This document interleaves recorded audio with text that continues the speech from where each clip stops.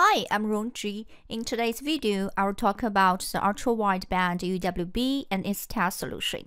Here's agenda. You can skip to any part you want. Now, let's get started. UWB technology has been used in a variety of applications. There are three core services. The first one is hands-free access control, such as car key, entry store key. Next is location-based services, such as indoor navigation. Another one is the device-to-device service. Two UWB devices share relative ranging and positioning data to localize each other. All these benefits are due to the fact that UWB technology outperforms other location technologies such as Bluetooth or Wi-Fi in terms of the accuracy, power consumption, robustness in the wireless connectivity, and security by a wide margin. UWB is different from narrowband wireless technologies such as Wi-Fi or Bluetooth because it uses an impulse radio technology. The UWB pulse is very short, about 2 nanoseconds, and the UWB transmission is achieved by sending these pulses in the sequences. The short time domain pulses translate in the frequency domain into ultra-wideband spectrum. It operates on a channel size of 500 MHz, or the fractional bandwidth is great more than 0.2. So IF energy is spread over such a wide spectrum, so the UWB signal can be designed to look like imperceptible random noise to conventional narrowband receivers.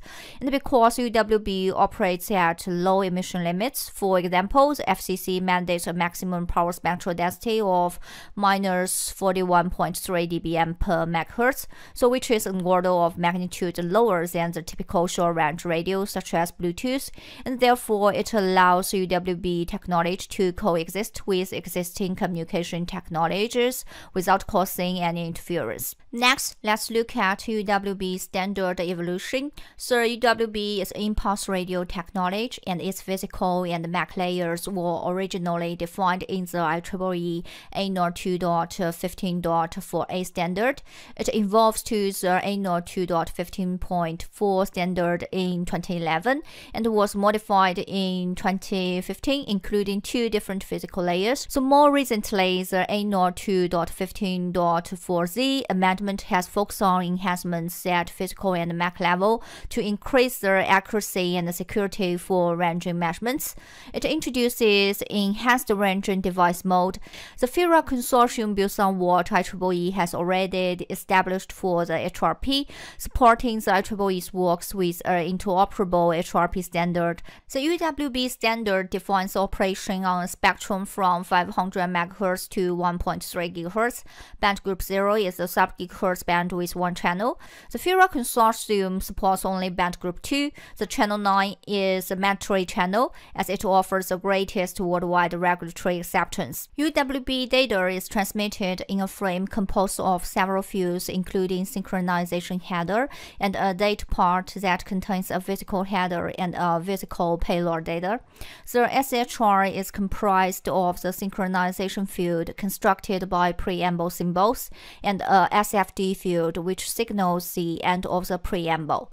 In IEEE 802.15.4z amendment, the main physical enhancements was the inclusion of the scrambled timestamp sequences field in the basic HRP PPDU format, and increased pulse repetition frequency during preamble and date field to improve the timestamp robustness and security, and to increase the accuracy of the ranging measurements.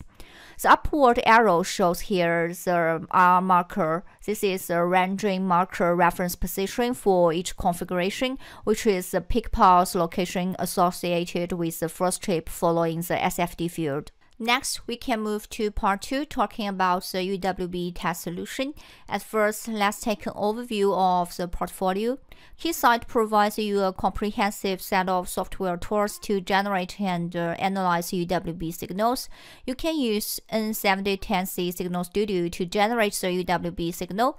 It supports all modes, channels, and bandwidth defined in the spec, and you can configure each field of the PPDU, such as synchronization header, PSDU port, and STS field. What's more, you can also add some impairments like symbol timing error, frequency offset, or even multiple settings.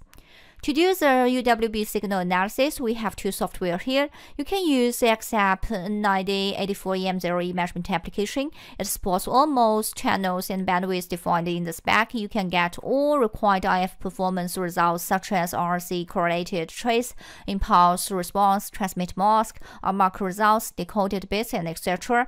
And you can get obvious pulse field indicator based on the main lobe, side lobe, and other signal quality test limits. Or you can use 89600 VSA software. It covers all features mentioned in XApp before. We also provide you automation test toolkit to easily do the physical conformance test defined by the FIRA. The M9415A VXT PXI vector transceiver integrates a vector signal generator and a vector signal analyzer in a 3-slot PXI module with frequencies up to 12 GHz and built-in 1.2 GHz signal generation and analysis bandwidth. It can act in both modes of the initiator or responder, and you can do the parallel test with 3-slot fully used. Our outstanding instruments give you more confidence to meet IEEE standard and FIRA certification. Based on IEEE standard and FIRA technical requirements, the UWB device test usually covers these 4 parts. First, let's talk about UWB transceiver physical IF performance test. In the transmitter performance test, you can connect your DUT RF output to the IF input port of the M9415A and analyze the signal through the LAN connection by using XApp or VSA with valid license here. In receiver performance test, you can connect the IF output port of M9415A to your DUT IF input port, generate and download UWB signals through the LAN connection by using N7610C Signal Studio software. Next, let's talk about time of flight test solution. The measurement method used here is double-side two-way ranging.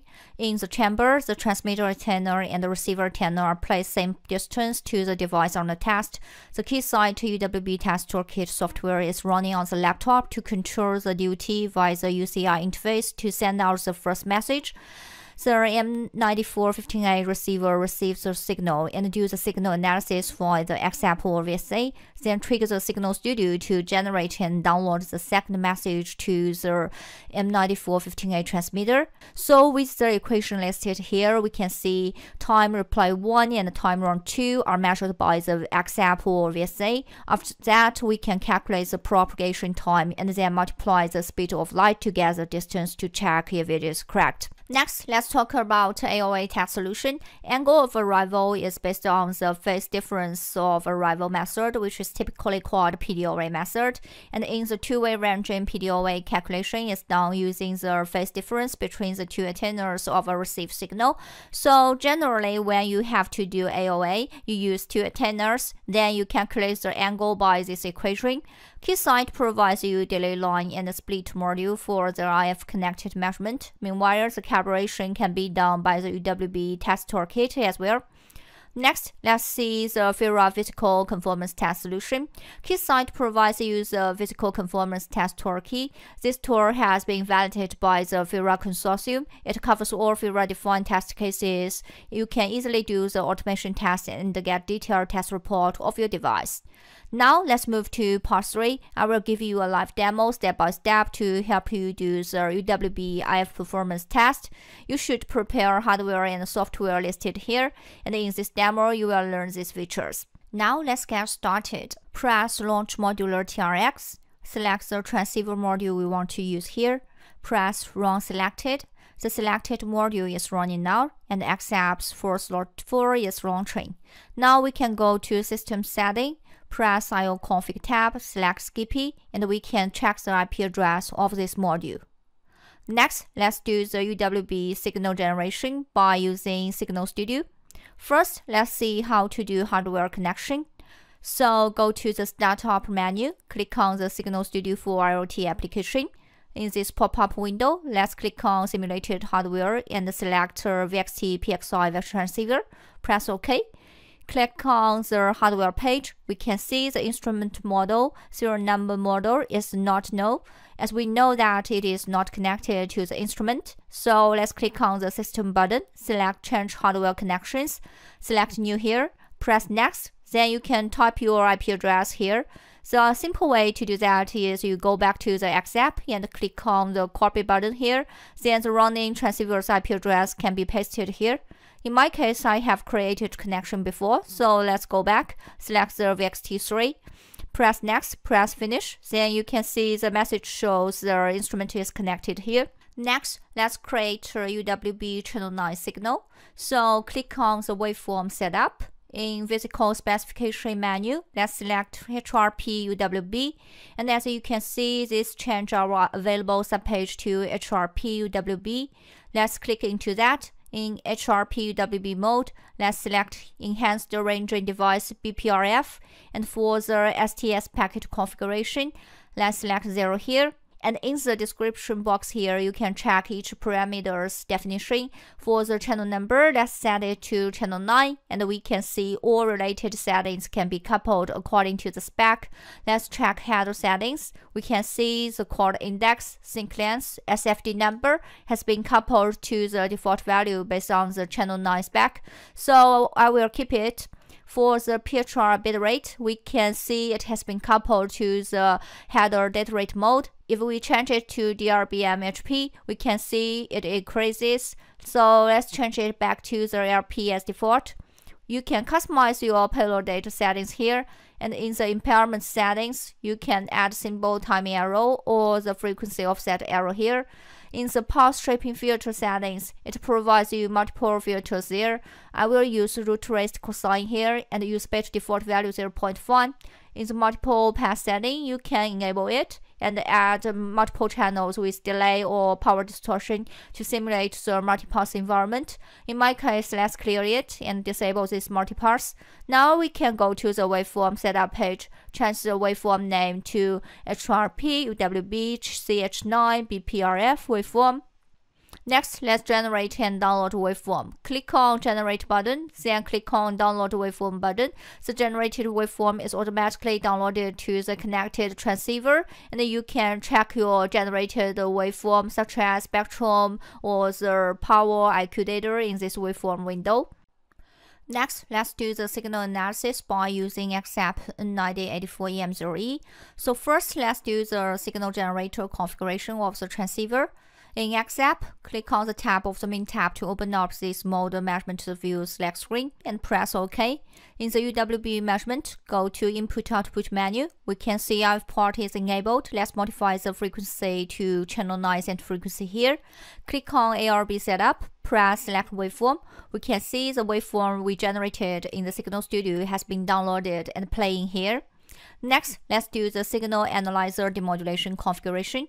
So let's go to the frequency menu, set the channel number value to 9. The center frequency can be automatically set when we enabled this couple CF and channel state. Next, go to setup menu, select radio tab, set the physical mode as enhanced ranging device BPRF, STS packet configuration set to no STS. Click on configuration frame button here.